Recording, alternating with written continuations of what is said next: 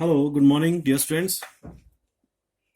Welcome in another video. Today, our topic is mutual induction. In a previous videos, we have discussed about the induction, self induction. और याद होगा तो mutual induction के बारे में थोड़ा सा मैंने बताया था कि जब कभी भी जब इंडक्शन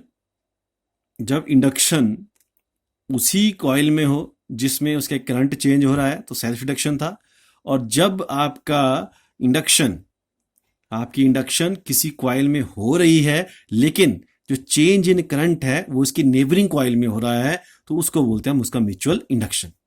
ठीक है, बाकी न्यूमेरिकली सेम था। Flux is directly proportional to I and the flux is equal to M I.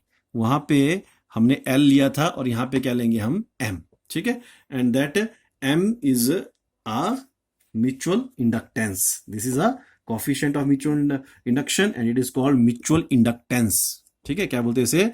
Mutual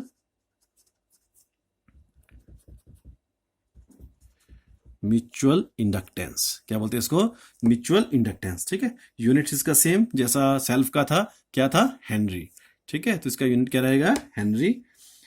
clear है? अब हम यहाँ पे क्या करेंगे? अब हम निकालेंगे कि म्यूचुअल इंडक्टेंस निकालेंगे हम किसी टू लॉन्ग को एक्सियल सोलोनाइड की। किसकी? को एक्सियल सोलोनाइड की।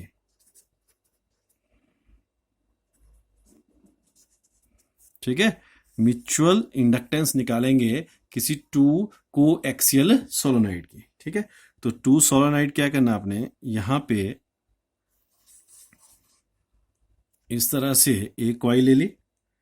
ठीक है, और हमने एक और कॉइल ले ली इसके सराउंडिंग में इस तरह से। क्लियर है?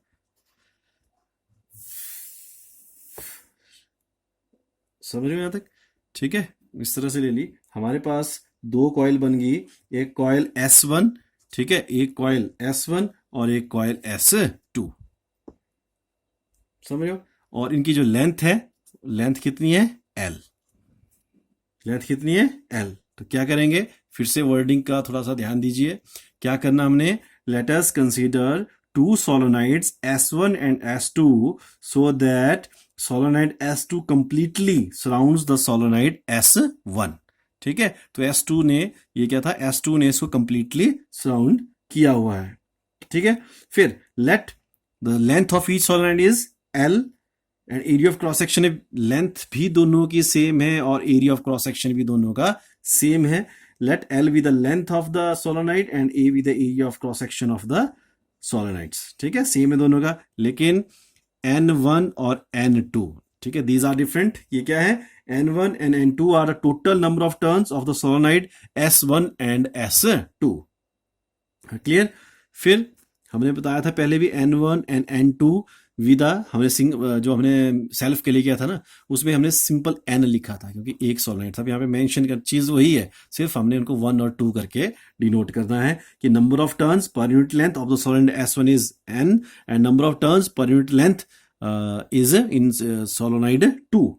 ठीक है, क्लियर हो गया? क्लियर यहां तक समझ गए होंगे? इसके बाद माना जो करंट I1 है वो किस सोलोनाइड में मूव कर रहा है? The current I1 flows in solenoid S1। ठीक है, तो जो इसकी मैग्नेटिक फील्ड है, तो magnetic field inside the solenoid S1, ठीक है, तो वो कितनी हो गई? B1 it is equal to कितना होता है? म्यू नॉट N इंटू आई। ठीक है, लेकिन यहां पे इसको मेंशन करना पड़ेगा हमको 1-1 करके या 1-2 करके। क्लियर है? तो जो मैग्नेटिक फील्ड हुई वो कितनी हुई? जब करंट I1 सोलोनाइड S1 में से जा रहा है तो जो मैग्नेटिक फील्ड हुई that is equal to mu naught N1 और I1। ठीक है, अब जो चेंज इन मैग्नेटिक फ्लक्स आया, ठीक है, क्या आया फिर? Change in magnetic flux. ठीक है, जो मैग्नेटिक फ्लक्स जो थी, ठीक है, हर एक टर्न की, वो कहां पे होगा? हमने क्या बोला? करंट किसी और में जा रहा है, इंडक्शन क्या हो रही है? दूसरे में, उसको म्यूचुअल इंडक्शन बोलते हैं। तो जो मैग्नेटिक फ्लक्स होती है हर एक टर्न की, ईच टर्न, ठीक है, कहां पे? वो सोलोनाइड S2 में, दैट इज इक्वल टू क्या बन गया? V1A। क्या बन गया? V1A, क्यों? क्योंकि जो चेंज आ रहा है वो किसकी वजह से आ रहा है? जिसमें करंट फ्लो कर रही है। तो करंट किस में फ्लो कर रही थी? सोलोनाइड, किस में? सोलोनाइड S1 में, और जो चेंज आया इंडक्शन हुई किस में हुई? S2 में। तो हम यहां लेते हैं V1 इंटू ए, ठीक है। तो V1 कितना हुआ? म्यू नॉट N1, ठीक है, N1 I1 इंटू ए, ऐसा था ना, म्यू नॉट N1 I1, और ये हो गया ए। अब N1 की यहाँ पे आप लिख सकते हो it is equal to mu one capital N1 upon L I1 into A, ठीक है। आप इस फॉर्म में भी इसको लिख सकते हैं। क्लियर है यहाँ तक? इसके बाद हो गया, उसके बाद क्या करना हमने, और जो फ्लक्स आया total flux that is equal to, हमने क्या करना, जो ए का लिया था, कितना लिया था हमने ए का? म्यू नॉट N1 करके ही लेता हूं मैं, N1 upon L I A multiply by total number of turns, जितने वहां पे नंबर ऑफ टर्न्स थे। तो टोटल नंबर ऑफ टर्न्स कितने? अब ये किसके नंबर ऑफ टर्न्स होंगे? जिस कॉइल में मैग्नेटिक फ्लक्स चेंज हुई। तो मैग्नेटिक फ्लक्स कहाँ हुई? सेकंड में। तो नंबर ऑफ टर्न्स किसके आएंगे? सेकंड के। तो यहाँ पे हो गया ये। अगर एक और बात बता रहा हूं, अगर आप कंफ्यूज हो रहे हैं, अगर आपने N1 के हिसाब से करना है तो N1 और N2 के हिसाब से करें, तो यहाँ पे भी क्या लिखना पड़ेगा फिर? N2, ठीक है। तो नीचे L लिखने की जरूरत नहीं है। फिर क्लियर है? नंबर ऑफ टर्न्स के हिसाब से किया, टोटल से किया, फिर आपको N इंटू एल करना पड़ना था, फिर हिसाब वही। तो इसलिए अगर ये करना तो वैसा कीजिए, दूसरा करना तो दूसरा कीजिए, जैसा भी कीजिए दोनों सेम फॉर्म में ये ठीक है। It is equal to mu naught N1 N2 I A upon L. Clear है? अब अकॉर्डिंग टू डेफिनेशन जो हमने पढ़ा था म्यूचुअल इंडक्शन का, इट इज 1M12, कि मतलब करंट 1 में और चेंज किस में हो रहा है? दूसरे में। तो इसलिए जो कॉफिशिएंट है वो क्या हुआ? M12, it is equal to into A, ठीक है। तो आप इसको, this equation number 1 and this equation number 2, इन दोनों इक्वेशन को आपस में क्या करें? कंपेयर करें। So by comparing we get M12 it is equal to, ठीक है, कितना हो जाएगा? Mu naught N1 N2 A upon L, क्योंकि I1 से I1 क्या हो गया? कैंसिल हो गया, ठीक है। यहां पे क्या हुआ? I1 से I1 क्या हो गया? कैंसिल हो गया। क्लियर है यहां तक? ठीक है, ये निकल गया इसका। अब क्या करना है? अब सेम करें, ठीक है। अब मैं आपको इन शॉर्ट में बताता हूं, आप इसको कर लें शॉर्ट तो, ठीक है। मतलब अब क्या करना है? सिंपल, फिर से सुनिए आप ध्यान से। करना क्या है, अभी हमने क्या किया था कि करंट फ्लो किया S1 में। किस में करंट फ्लो किया? S1 में। तो इंडक्शन कहाँ हुई? S2 में। तो जो आपने फ्लक्स चेंज लिया था वो किसका था? S2 का था। तो फिर यहाँ पे जो एरिया था या नंबर ऑफ टर्न्स थे वो कौन से थे? 2 के, ठीक है। मैग्नेटिक फील्ड और करंट किसका था? 1 का, ठीक है। अब उल्टा कर दीजिए। उल्टा करके क्या आ जाएगा? उल्टा क्या करना है कि अब करंट किस में से फ्लो कर रहा है?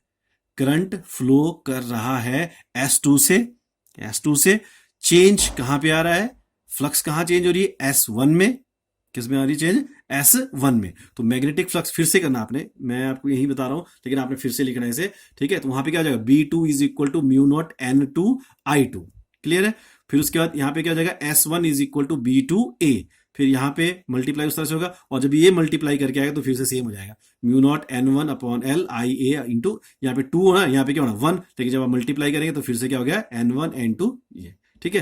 क्लियर आ गया? फिर जिसके बाद फिर आप 2 1 करेंगे, फिर से क्या आ जाएगा? Mu naught N1 N2 A upon L, ठीक है। तो इससे क्या हो गया कि दोनों ही केस में जब हम इसको कंपेयर करेंगे, M12 it is equal to M21, so we will take it as a M, ठीक है। तो कितना आ गया फिर? जो म्यूचुअल इंडक्शन इनकी रही, M is equal to mu naught N1 N2 A upon L, ठीक है। This is a mutual inductance of a two coaxial solenoid. Clear है? करना क्या है, हमने पहले एक को लिया, फिर एक में करंट फ्लो की, फिर ठीक है, जब एक में गए तो 1 1 आ गया, जब 2 करें तो क्या हो जाएगा? 2 2 हो जाएगा, यहां तक, ठीक है। आपने फिर से रिपीट करना है इसको इसके बाद, ठीक है। बस फिर इसको क्या करना? आपस में कंपेयर करना, और कंपेयर क्या? सेम ही रहेगा ये, ठीक है। तो इस तरह से ये हमने क्या किया आज? म्यूचुअल इंडक्शन और mutual inductance of a coaxial solenoid, ठीक है। क्लियर है? म्यूचुअल इंडक्शन समझ गए ना? करंट एक में जाए और इंडक्शन कहाँ उसके नेबरहुड में हो, तो उसे क्या बोलते हैं हम? उसका म्यूचुअल इंडक्शन। मतलब करंट की कॉइल अलग है और इंडक्शन की कॉइल क्या है? अलग है, तो उसे बोलते हैं हम उसका म्यूचुअल इंडक्शन। क्लियर है? होपफुली आप इसे समझे होंगे। आप ध्यान से करें, बहुत इंपॉर्टेंट है, ये पेपर में आता है। तो ठीक है, एक बार ध्यान से सुनने का, वर्डिंग भी उसी हिसाब से लिखें, फिर मैथमेटिकल करें। Thank you very much, have a great time.